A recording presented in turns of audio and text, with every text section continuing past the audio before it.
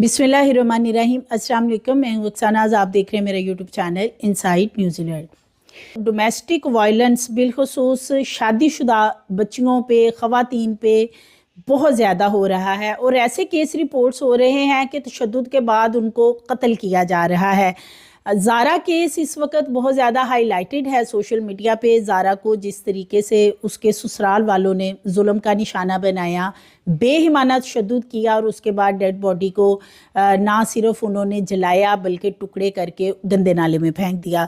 लाहौर में एक खूबसूरत लड़की का बड़ा ही दर्दनाक कत्ल हुआ है ज़ारा के वाक़ये के बाद, और बेल्टें मारी गई, उसको डंडे मारे गए और इसके साथ साथ लोहे के पाइपों के साथ उसके ऊपर तशद्दुद किया गया। और ये वाला जो केस है इसमें भी ससुराली शामिल हैं। और जो इसका शोहर है जुनेद, वो क्या बताता है, वो पकड़ा गया है, छापे मारे गए, बाकी तो सब भाग गए ताले वगैरह लगाकर। लेकिन जितना बेईमाना तशद्दुद इस खूबसूरत लड़की के ऊपर, जो कि 2 बेटियों की माँ बताई जाती है, अनिका, इसके ऊपर किया गया, जो उसकी डेड बॉडी की सूरत हाल है, जो तस्वीर सामने आई हैं, यूट्यूब की कुछ पॉलिसी है जिसकी वजह से वो तस्वीर शेयर नहीं कर सकते। इतना बेईमाना तशद्दुद किया गया, पूरा जिस्म नीलों से भरा हुआ है, बेल्टें और जो पाइप मारे गए, डंडे मारे गए हैं पैरों के ऊपर, टांगे, कमर, पेट, बॉडी का कोई हिस्सा नहीं बचा जहाँ पे निशान नहीं है। तो इस तरह के वाक़यात हमारी सोसाइटी में एक बहुत बड़ा लम्हा फ़िक्रिया है। और अभी ज़ारा कत्ल केस थोड़े दिन हुए हैं, एक ऐसा केस सामने आया जिससे सब हिल के रह गए हैं। और फिर ये उसके बाद लाहौर का इलाका है मुगलपुरा, वहाँ पे ससुरालियों ने जुल्म की तमाम हदें पार की। जवान साला बहू को वहशियाना तशद्दुद का निशाना बनाया और डंडे, बेल्टें, पाइप और ठुड्डे मार मार कर इतना तशद्दुद किया कि वो ज़ख्म बर्दाश्त ना कर सकी और अपनी ज़िंदगी की बाजी हार गई। 2 इसकी बेटियां हैं, एक 2.5 साल की बेटी और तकरीबन एक 1.25 साल की बेटी, छोटी बच्चियां हैं। 4 साल अनीका की शादी को हुए हैं और 2020 में इसकी शादी हुई थी। लाहौर मुगलपुरा में गंज बाज़ार का रहायशी जुनेद है, जिसके साथ ये अनिका की शादी होती है 4 साल पहले। और एक बेटी की जब पैदाइश हुई उससे पहले ही इनकी लड़ाइयाँ शुरू हो चुकी थी। झगड़े इतने बढ़ गए थे कि अनिका कई बार अपने वालिद से ये इजहार कर चुकी थी कि ससुराल वाले मिलकर, यानी नंदे, सास और इसी तरह जो देवर है, वो मिलकर सारे मुझे तशद्दुद का निशाना बनाते हैं। अनिका ने कई दफ़ा अपने वालिद से ये शिकायत की थी कि ससुराली उसको तशद्दुद का निशाना बनाते हैं और सिर्फ हस्बैंड उस पर तशद्दुद नहीं करता बल्कि सास, नंदे और देवर सब मिलकर उस पर अक्सर तशद्दुद करते हैं। जिसपे के वालिद कहते हैं कि मैंने बेटी को हमेशा यही समझाया कि अपना घर बसाओ। जैसे कि हमारे यहाँ रूटीन में ये चीज़ें चलती हैं कि डोमेस्टिक वायलेंस को एक तो कुछ समझा नहीं जाता, और अगर कंप्लेन की भी जाए वालदैन से तो वालदैन इसलिए खामोशी इख्तियार कर लेते हैं कि कहीं उनकी बेटी का घर ख़राब ना हो जाए या बात ज़्यादा ना बढ़ जाए कि तलाक तक जा पहुँचे। तो इसलिए वो कहते हैं कि उन्होंने भी खामोशी इख्तियार कर ली। टांगे जब देखी गई हैं डेड बॉडी की, वालदैन ने जाके देखा अस्पताल में, तो अनीका की टांगों का ये हाल वहाँ पे बताया जा रहा है। और जो तस्वीर हैं उनके ऊपर इस तरह के काले निशान हैं, इतने गहरे, कि जैसे कोई चीज़ टांगों के अंदर स्किन में पेविस्ट होके रह गई हो। इस कदर ज़्यादा तशद्दुद किया गया है। और ये इस तरह का तशद्दुद पहली दफ़ा नहीं हुआ बल्कि पहले भी कई बार हो चुका है। और ये अनीका जो है ये 4 सालों से तशद्दुद का निशाना बन रही थी। और ऐसी भी बात नहीं है कि इसके जो वालदैन हैं वो इसको लुक आफ्टर नहीं कर सकते थे। अच्छे तरीके से उन्होंने शादी की थी, जहेज़ वगैरह भी सब कुछ दिया था। कोई ऐसा मामला वो कहते हैं कि नहीं था जब ये शादी हुई है, लेकिन बाद में शादी के कुछ अरसे बाद ही ये सारे मामलात कशीदगी वाले शुरू हुए, जो कि फिर तशद्दुद में तब्दील हो गए।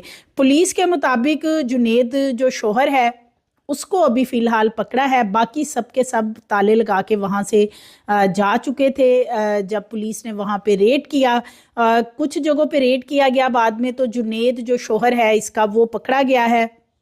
अब जो शोहर है उसने क्या बताया है, शोहर कहता है कि जी जब ये शादी हुई थी تو ہمارے ساتھ جھوٹ بولا گیا تھا کہ انیکا انمیریڈ ہے، یعنی کہ اس کی پہلے کہیں منگنی بھی نہیں ہوئی، شادی تو دور کی بات۔ لیکن شادی کے 1 سال بعد وہ کہتا ہے کہ اسے پتا چلا کہ انیکا پہلے شادی شدہ تھی اور اسے وہاں سے طلاق ہوئی تھی، اور اس کے بعد اس کی میرے ساتھ دوسری شادی ہوئی تھی، جس پہ کہ ہماری کافی ناچاکیاں آہستہ آہستہ شروع ہوگی۔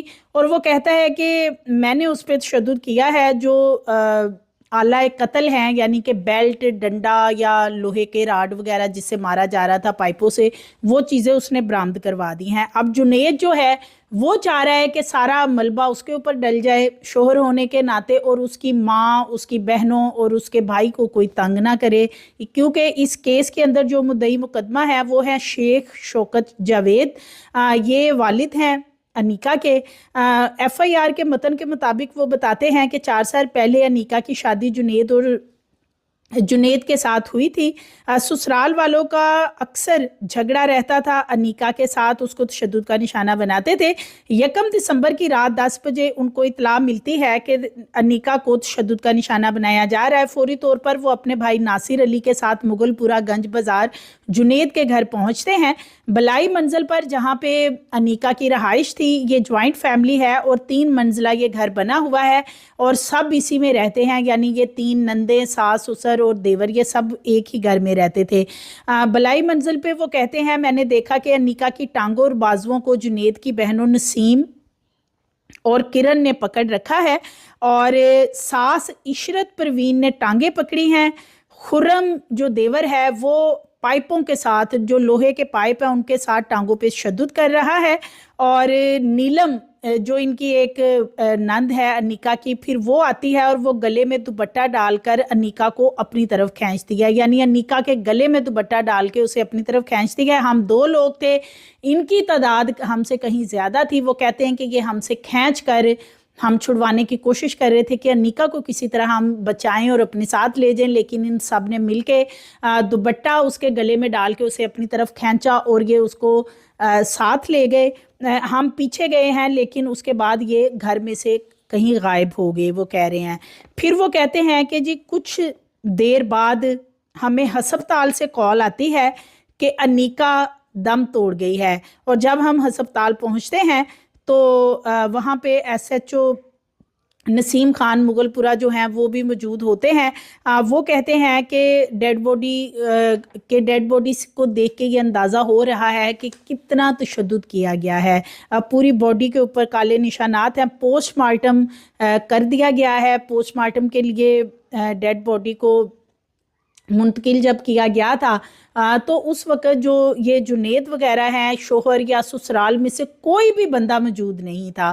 یعنی کہ اب اگر جس طرح جنید کہہ رہا ہے کہ یہ تشدد صرف میں نے کیا اور میرے گھر والے اس میں انوالو نہیں ہیں، تو اگر اس کے گھر والے انوالو نہیں تھے تو کوئی نہ کوئی تو ان کا وہاں پہ گھر کا بندہ موجود ہوتا ہسپتال میں۔